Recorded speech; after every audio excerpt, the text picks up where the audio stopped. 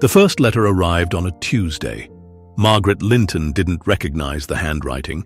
It was heavier than a woman's, slanted and neat, but not familiar.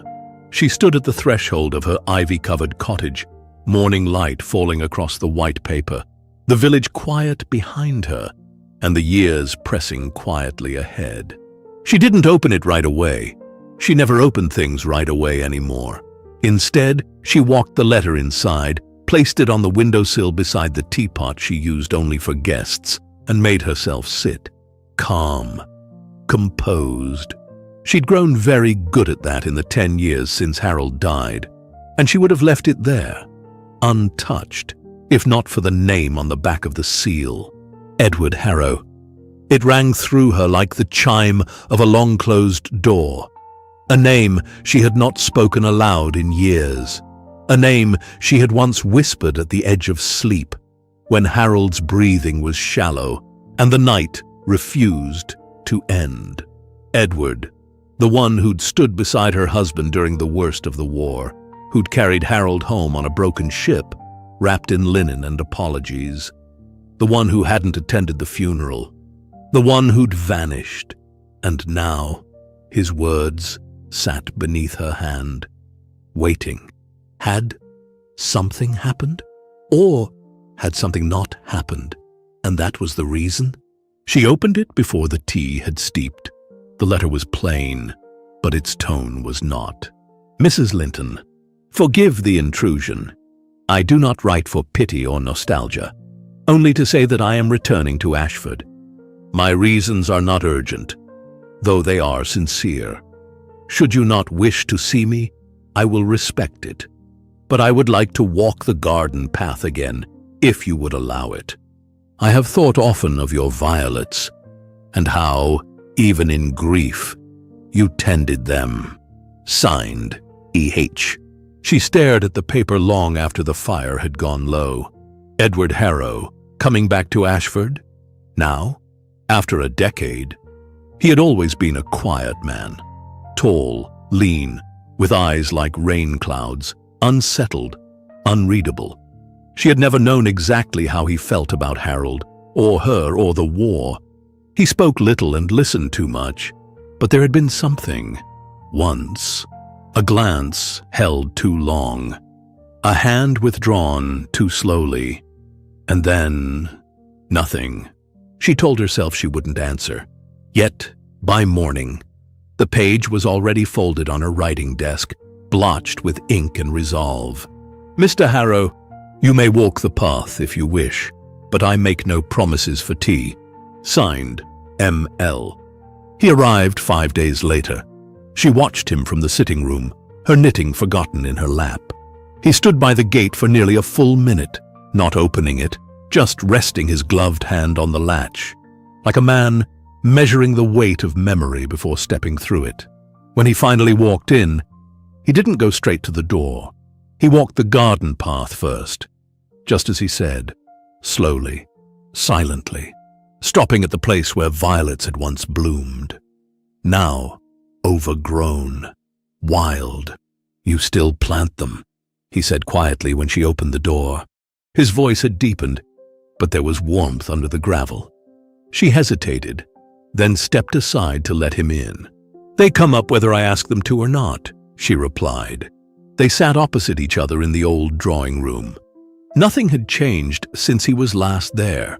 The oil painting of Harold above the hearth, the ticking clock from Vienna, the faded settee where Margaret had read aloud when the nights stretched too long. He glanced at it all, but not with discomfort, with familiarity. You kept it the same, he said. She smiled faintly. I think I forgot how to change it. There was silence, not awkward, but full. He poured the tea himself, remembered the way she liked it. 2 sugars, no milk. She didn't correct him. What brought you back? She asked. His eyes dropped to his cup. Restlessness, and the thought that 10 years might be long enough to stay away. 10 years was enough time to forget a scent, a voice, a touch, but not a face. Never that. They walked the garden again after tea, as if time had folded upon itself and the past were merely waiting in the hedges. "The village thinks I've gone odd," Margaret said lightly, brushing a dry leaf from her sleeve. "A widow who tends roses, talks to birds, and doesn't dye her hair." "The village is wrong," he said simply. She looked up at him, surprised at the clarity in his voice. He didn't look away. "You know," she said after a pause, "people said things even when Harold was alive, about how close you were." His brow furrowed. "Did they?" She nodded. "They wondered if you two were closer than soldiers ought to be." He chuckled dryly. "They were half right." That startled her. She turned to him, eyes searching. "Half?" It wasn't Harold. The wind stirred, carrying the scent of late roses and frost. She didn't ask him to explain. She didn't need to, but she could feel the world shift just a little beneath her feet, and for the first time in 10 years, she didn't feel entirely alone. The next morning, the frost had edged the windows in silver. Margaret woke to the sound of sparrows scattering across the eaves, their wings soft against the pale dawn. She pulled her shawl tighter as she moved through the house, still half wrapped in dreams she couldn't quite remember. Edward's cup from yesterday still sat on the side table, faintly stained. She hadn't had the heart to wash it. She told herself it didn't mean anything. People passed through. People had always passed through. But something about Edward Harrow's presence had cracked open a quiet part of her she'd long since boarded shut. She found him in the garden again, early, silent, already halfway down the path. She watched him from the parlor window, his coat buttoned high, gloved hands folded behind his back like a man reviewing a memory. When he turned and caught her watching, he didn't smile. He simply raised one hand, slow and respectful, not waving, a gesture of acknowledgement, recognition. And that, somehow, was worse. She joined him after breakfast. They walked without speaking for a time. The garden was not as wild as it looked, but she let it pretend to be. Nature knew how to grow around grief. She'd simply followed its lead. "Did you ever marry?" she asked, surprising herself. "No," Edward said, not looking at her. "I never found it in me to pretend." "Pretend? That it would be fair to someone else?" "Fair?" she echoed. He didn't answer at once. Then quietly, "Some people deserve more than a half-lived affection. Some answers don't need expanding. They carry their own weight in silence. And some silences say everything a vow might have." They paused at the bench beneath the gnarled apple tree. She hadn't sat there with anyone in years. Harold used to rest there when his cough grew worse, a blanket across his knees, watching the last of the leaves fall. Edward waited for her to sit first. When she did, he took the opposite end, leaving space between them. Enough for a breath, a memory, or perhaps a boundary. "Do you ever think about it?" she asked after a long while. "About what?" Starting again. He didn't answer at once. Then, "Every time I come back." He looked down at his hands, fingers flexed loosely in his lap. She remembered those hands. He'd once tended Harold's fever with them, wrapped his broken wrist. There had been such gentleness in them even then, but something else now. Weariness. Containment. "You seem older," she said without thinking. He looked at her. "So do you." Then he smiled, just faintly. "But it suits you. There are compliments that dress themselves in charm, and then there are the ones that slip past the ribs and nest beside the heart, uninvited." This was the latter. Later that day, Margaret found herself standing at the door of the small spare room she'd never dared to open since Harold passed. It still held his coat, his cane, a stack of his travel books with the pages yellowed from time and touch. She stood there with her hand on the doorknob for a long time, and then she closed it again. That evening, she set out 2 cups instead of 1. She didn't ask if Edward would come by. She just assumed. And when the knock came, Soft, respectful, hesitant. She didn't startle. She simply lit another candle. He brought with him a book, an old, leather-bound volume of poetry. Tennyson. He didn't explain why. He just handed it to her. "You used to read aloud," he said. "I remember your voice." She felt the heat rise to her cheeks. Absurd and unexpected. "Well," she said, clearing her throat, "let's see if it still works."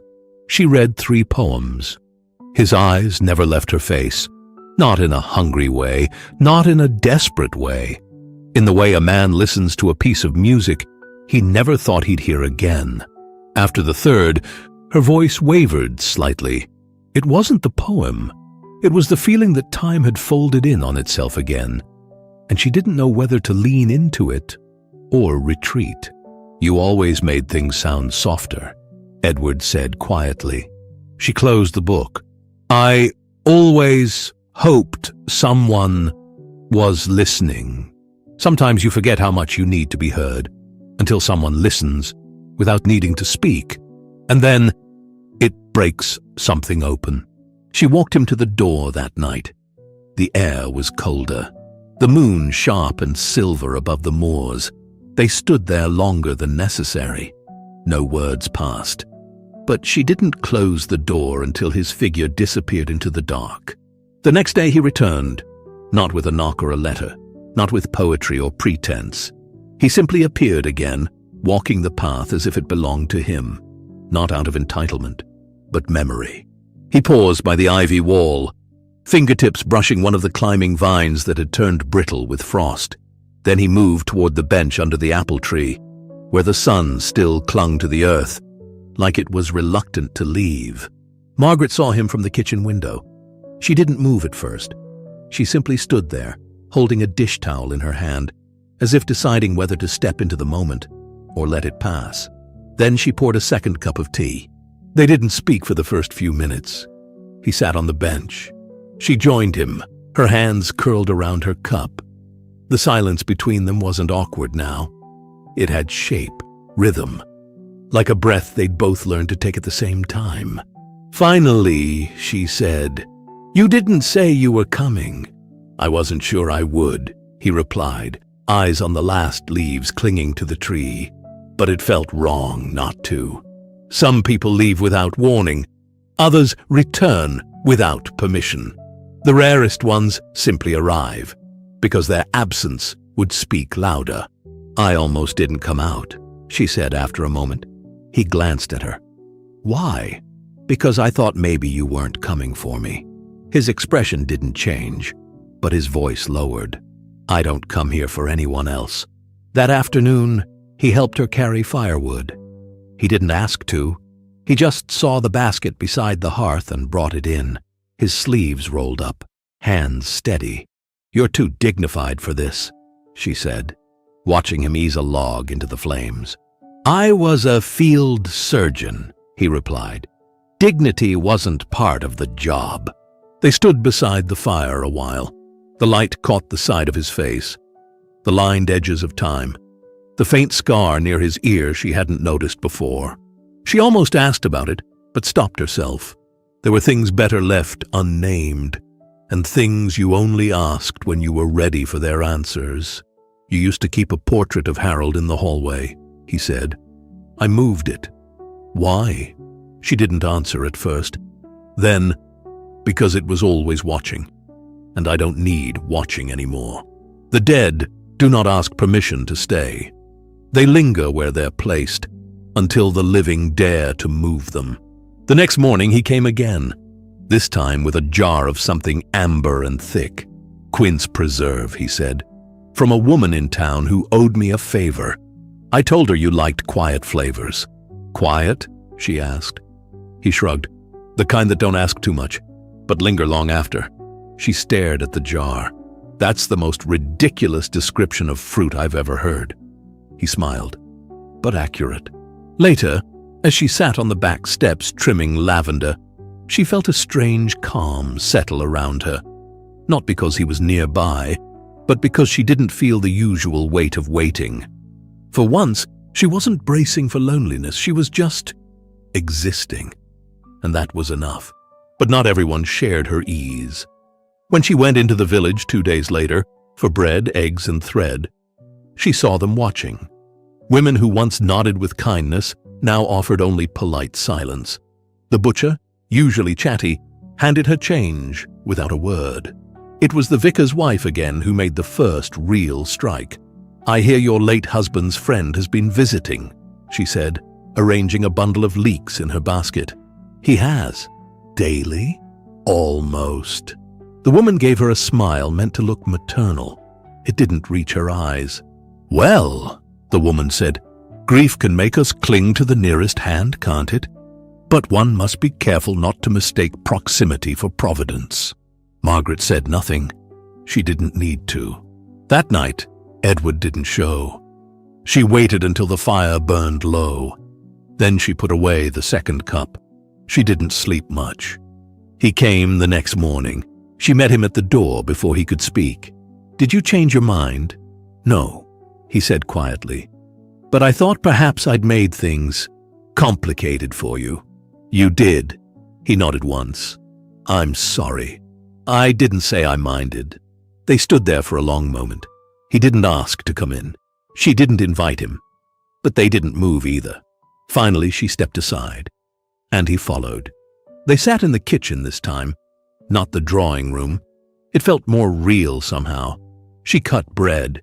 He watched her hands. She offered him a slice, and he took it with care, as if it were something sacred. "I heard what they're saying," he murmured. "I imagine you did. You should tell me to leave." "I won't." "Why not?" She looked at him then. Really looked. "Because I don't want you to. Want is a quiet thing. When it has waited long enough, it stops shouting.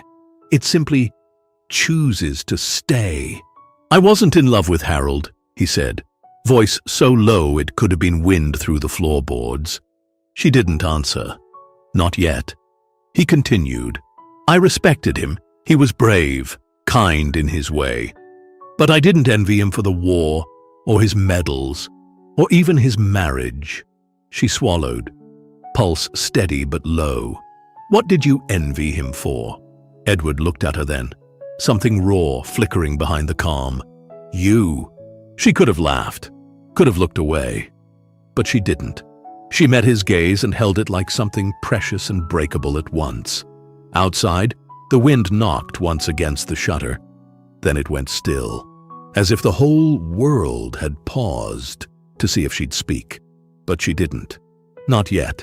Some moments deserved stillness before sound. She reached for the bread knife again. Not to cut, just to steady her hand. And when he reached across the table and covered it with his own, she didn't pull away.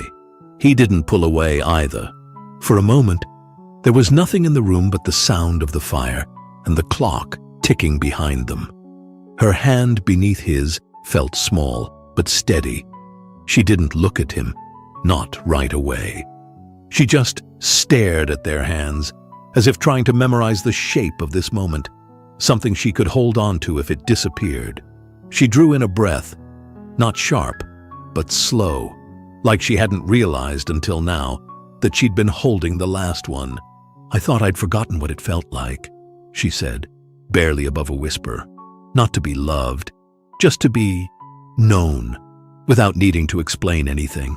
His thumb brushed the top of her hand. Not a stroke, just a pause there, like punctuation. She looked at him now, fully. "After Harold died, I convinced myself there wouldn't be anyone else. Not because I couldn't find someone, but because I couldn't bear the thought of starting from the beginning, teaching someone who I am, how I work, what I need when I go quiet." He didn't interrupt. He didn't flinch. "You already know," she said. "I do," Edward replied.